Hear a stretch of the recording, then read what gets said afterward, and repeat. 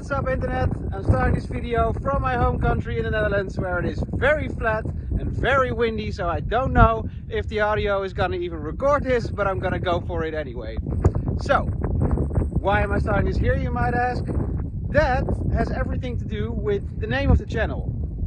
As you might have figured out by now, I changed the channel to something else, and that mainly had to do with the fact that the old title, Dabbled, was kind of unpronounceable, especially if you're not from the UK or the US or a native English speaker for that sense. So not unlike the wind blowing through the Dutch meadows right here, there's also a fresh wind. There's so much wind, but there's also a fresh wind blowing through the channel. And with that comes a new name. So out goes Dabbled and in comes Offbeat Making. Give it a warm welcome and enjoy the next video.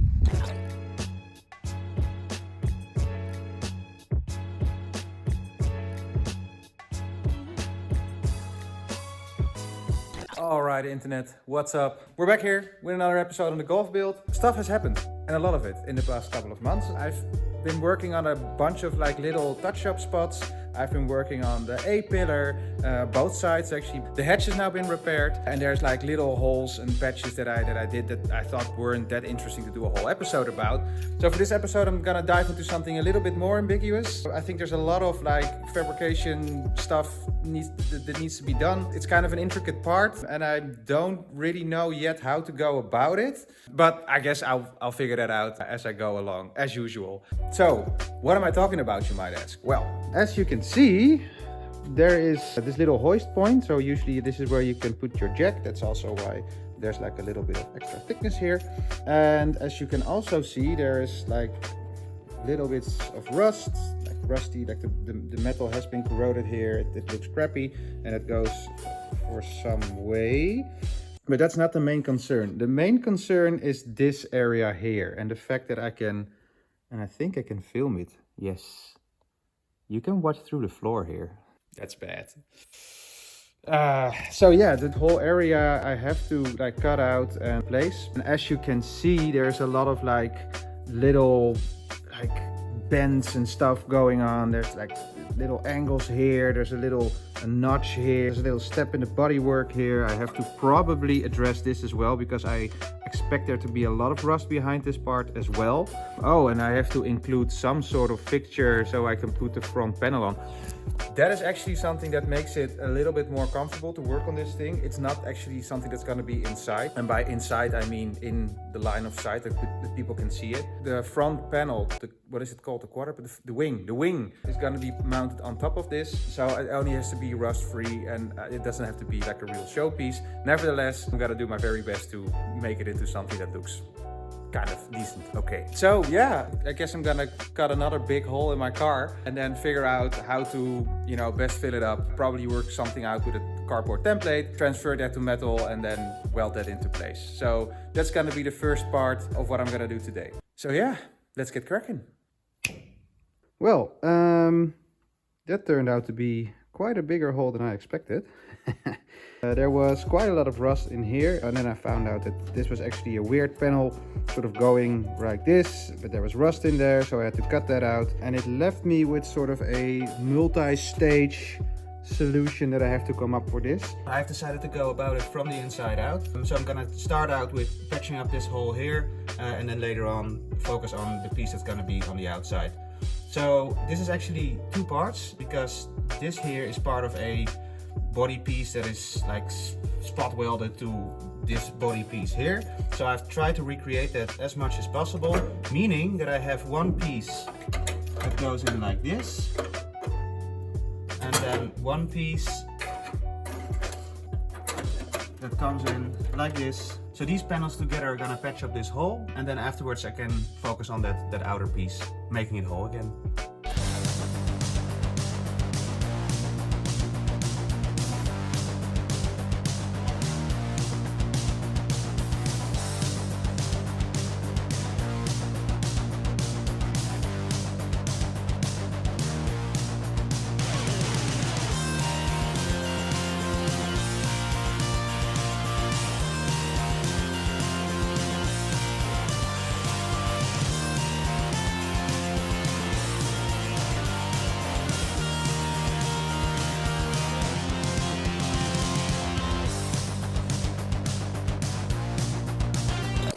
Cool, so inside plates are now in. I'm actually pretty happy with the way it turned out. I will hit it with some primer, some edge primer later on. And then as far as I'm concerned, the inside is done.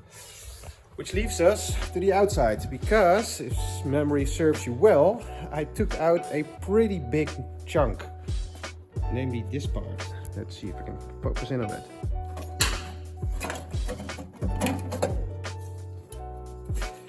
Look at it, all nice and crusty. There's, I think, a lot of metal actually missing here. Now, I guess there are replacement parts for this to be found online. However, I wouldn't be me if I wouldn't make my life more complicated than it already is. So, I decided, let's recreate this part out of sheet metal myself.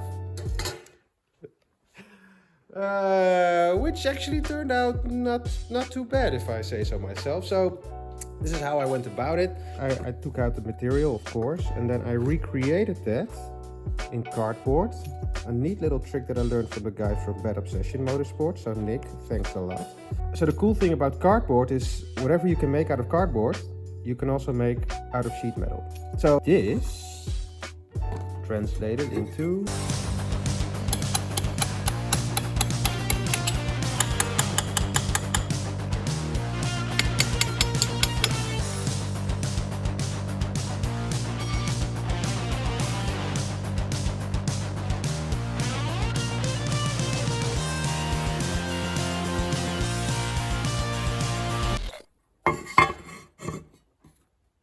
like I said, 3 parts, little in-between thingy here to make the little step up that I needed.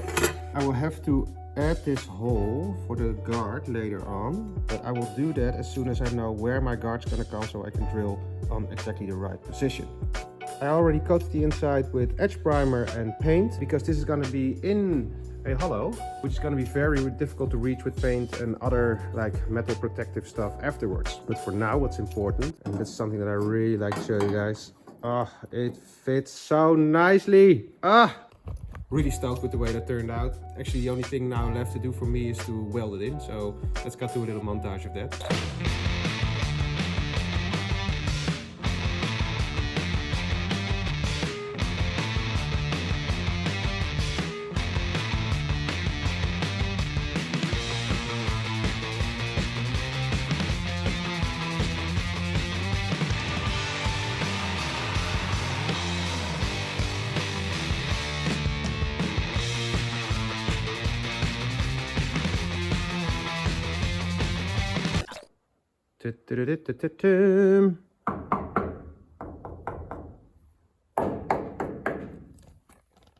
Well, solid as a rock. Gonna cover it in some edge primer, maybe some metal paint, and then move on to the next part.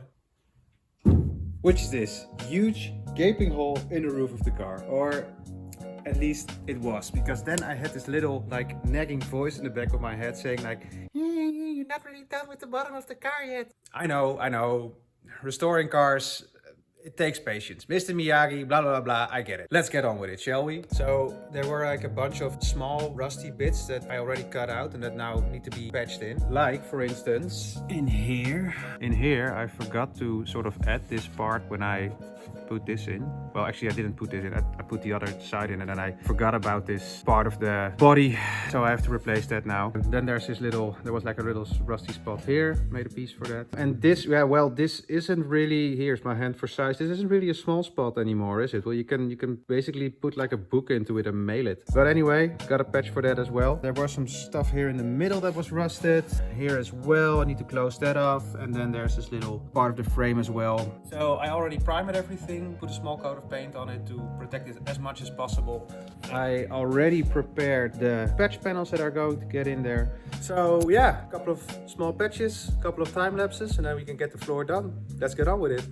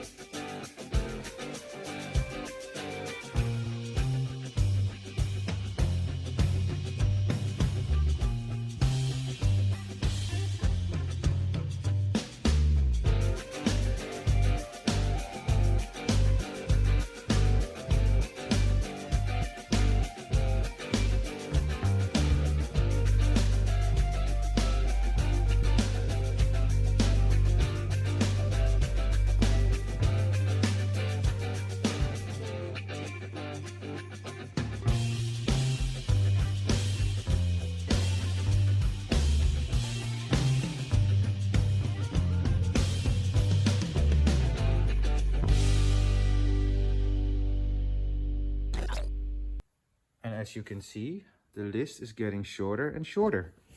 Those are actually some major minorities crossed off the rusty list, and with that the underside of the car is pretty much done. So there are still some minor bits that I will have to take care of later on, but I will do that as soon as I start preparing the bottom of the car for the protective layer that it will get along the way. So yeah, as far as I'm concerned, it's roadworthy. So now that's done, I can finally start taking care of that huge hole in the roof of the car. Now, why would I get rid of this sunroof, you might ask? Well, there's actually a variety of reasons for that. First of all, this car did not used to come with a sunroof. It's retrofitted, and it was actually a pretty popular option at the time. So it's sort of a luxury feature that you could like install a sunroof in your car. And I know that it's not supposed to be there because the hole that has been cut out for it is jagged, and you can clearly see that somebody has used like an angle grinder or some sort of power tool to get to that. And I don't think that our boys at Wolfsburg really do that sort of stuff. So it's not supposed to be there. And this aftermarket feature you can get, it has this aluminium frame that is like clamped on to the steel, and everybody that knows a little bit about this combination know that it doesn't really work. It's prone to rust, and it's exactly what happened here as well. So rust got in, the whole edge of the hole is rusted. It's no good. So then you might ask, oh, but what about the sunroof and like opening it up and that sort of stuff, letting fresh air in? Well, when I got this car, when I bought it, the sunroof was already sort of silicone shut, so I never actually did use the sunroof for what it was supposed to be. So that doesn't really bother me, to be completely honest. Oh, but then you might ask, what about the extra light that the sunroof brings in? Well, I admit, the sunroof lets in a little bit of extra light, but you have to consider this car is built in the 80s, and like the safety standards weren't that big back then, resulting in like very tiny A and B pillars, and that results in a lot of glass. So the whole greenhouse of this car actually already lets in a bunch of light. And I tried this out before. I covered the hole already, and yes, science! I judged it, and for me it's not that much of a problem to block it off. So that's reason number 2. Another major reason has to do with what you might see here, or well, the remains of what you might see here. I have to sort of brush it off because there's so much dust on this. There, or maybe it's this.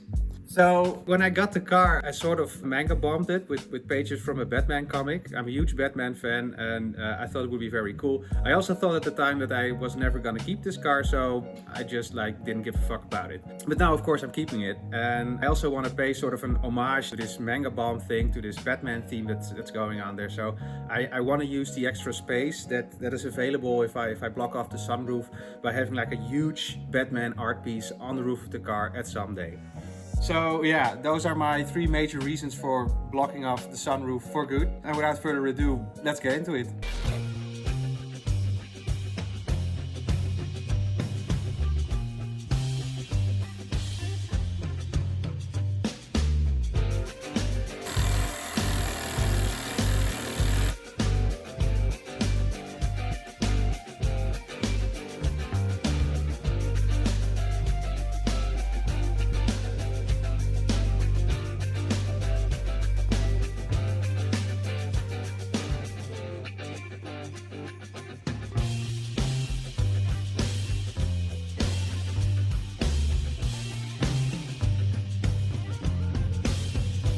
So, the hole is made even bigger, which was the idea, of course, because now all the rust is out and I can take care of putting in new sheet metal. And this is the way I'm gonna go about it. So this is of course one big piece, but there are some pretty critical like folds in here, and these folds follow this roof line that's happening here.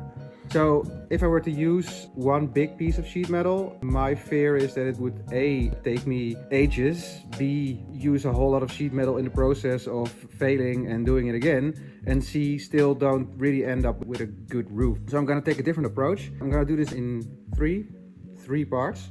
First, these corners up to about here, like this piece that will sort of extend like this. That's the first piece I'm gonna make. Then on the other side the same, and then finally fill in the middle with one big piece of sheet metal. So yeah, tricky, mostly because these folds that I have to make, they are across like a big length, and they also have a certain radius. So in order to produce this little fold, I have to make a tool that I can clamp into the vise and then use to hopefully get like an even fold across the whole distance that the piece has to cover. It all makes sense later on. So yeah, that's gonna be the first step, actually making the tool.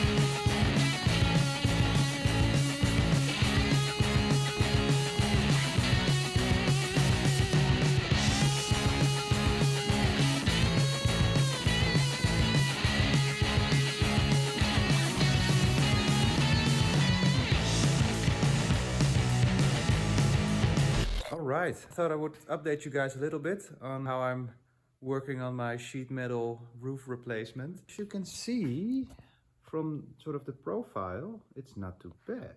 Actually, I think the tool works. I am able to like get the right curvature, be it that afterwards I do have to treat this with like body filler and then sand it down, but the main shape is actually working out. This was sort of a first test panel. As you can see, it doesn't fit that well yet. And then I was trying to make another panel, and that was where the limitation of the tool made out of wood really came into. With the second piece that I tried to make, the tool already started warping, as you can see right here. And you could also see that I needed like additional clamps to force the whole thing, so there was basically too much warpage in the tool already. And the second piece that I tried to make didn't come out very well, so basically I couldn't control the sheet metal as much as I was able to in the first pass. But that doesn't mean that this concept doesn't work. I can use this to make the pieces that I need. In order to do that though, I have to recreate the tool again in thicker metal. So now it's basically off to the hardware store and get some more material so I can continue.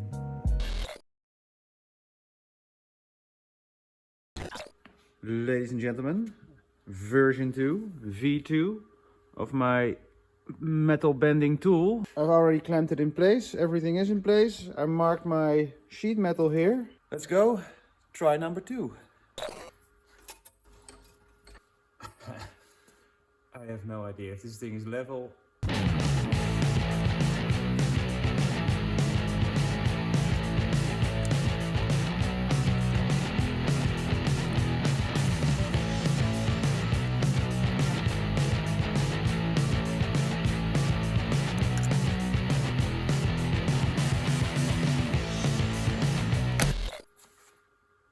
I think that is not too bad. It's actually quite a clean bend. I have no idea if the camera gets this, but I get it. Okay, definitely much more cleaner. Yep, I think I can work with this. That is actually a promising start. I have to check out if I can get the other bends in as well. Time will tell, I guess. Keep on bending.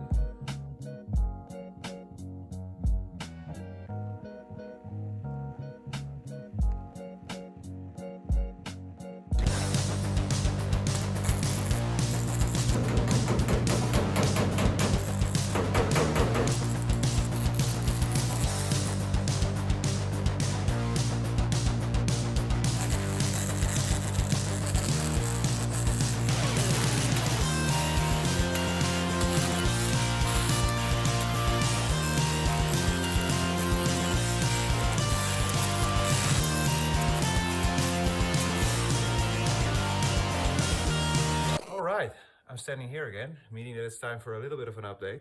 First two pieces are in with the regular quality of booger welding, but they hold, and that's the most important part. So now it's time for me to close the final gap. I have my big piece of sheet metal here, and basically what I'm gonna do now is I'm gonna pull it over the hole, something like so. Trace that and then make a piece out of it and weld that in place. And that should close off the roof as well as I know how to do it. So yeah, time for the next piece then.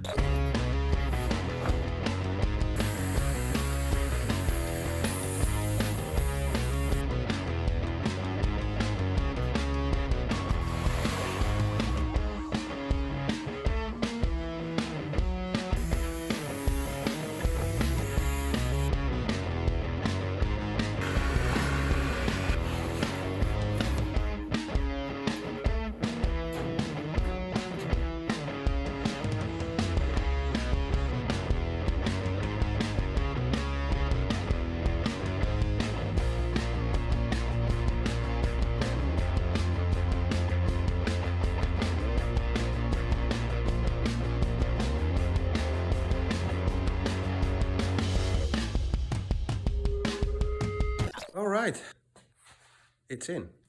It's stacked into position and it came out, I think, better than I expected. This side of the sheet metal is actually following the roof line pretty well. Like it took over like the little curves and stuff. This side, not so much. Like there's a little dent that got there. It might have to do something with heat. It also might have to do something with the fact that I'm forcing a new sheet of metal into something that has been a certain form for like 40 years now. Nevertheless, I think this is something I can work with. Yeah, this is once again one of those major milestones. The next step for me to do is to, of course, finish up the welding, which is gonna take a whole lot of time. I have to put a whole lot of patience in it. So yeah, gonna put up a time lapse of that as well, and see you guys afterwards.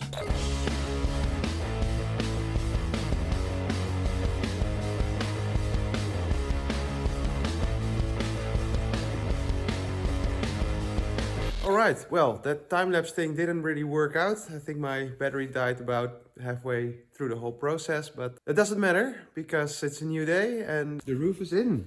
It's been welded shut all the way. Did it in little steps, trying to prevent it from warping too much because of the heat. Did a moderately good job about it. As you can probably see already, there are some dents that came to be and that I have to take care of later. I don't think it's gonna be that much of a problem. You can probably at some point scrub back to this point and being super over cocky. For now, I think the most important thing is that I have a solid roof again. It is rust free and this is something I can work with. So I'm pretty excited about this. This is a major step done again. I will have to clean up the welds first, which I will probably turn it to another time lapse. But for now, this is something big I can cross off. So it's that's pretty exciting times.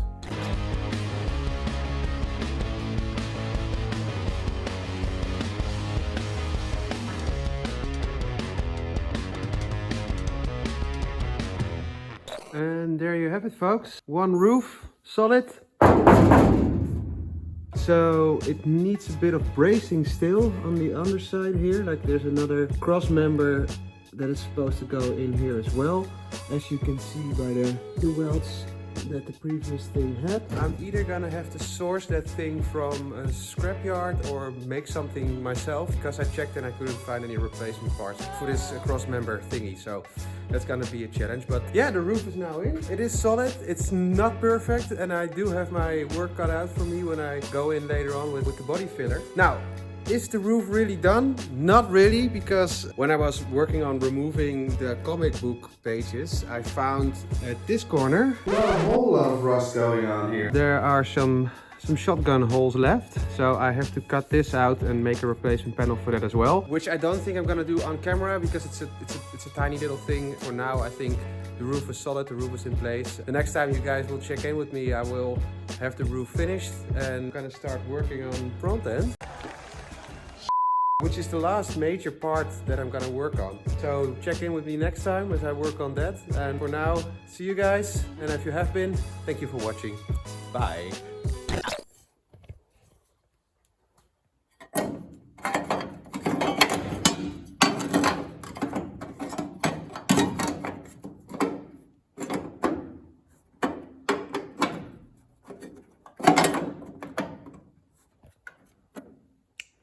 that?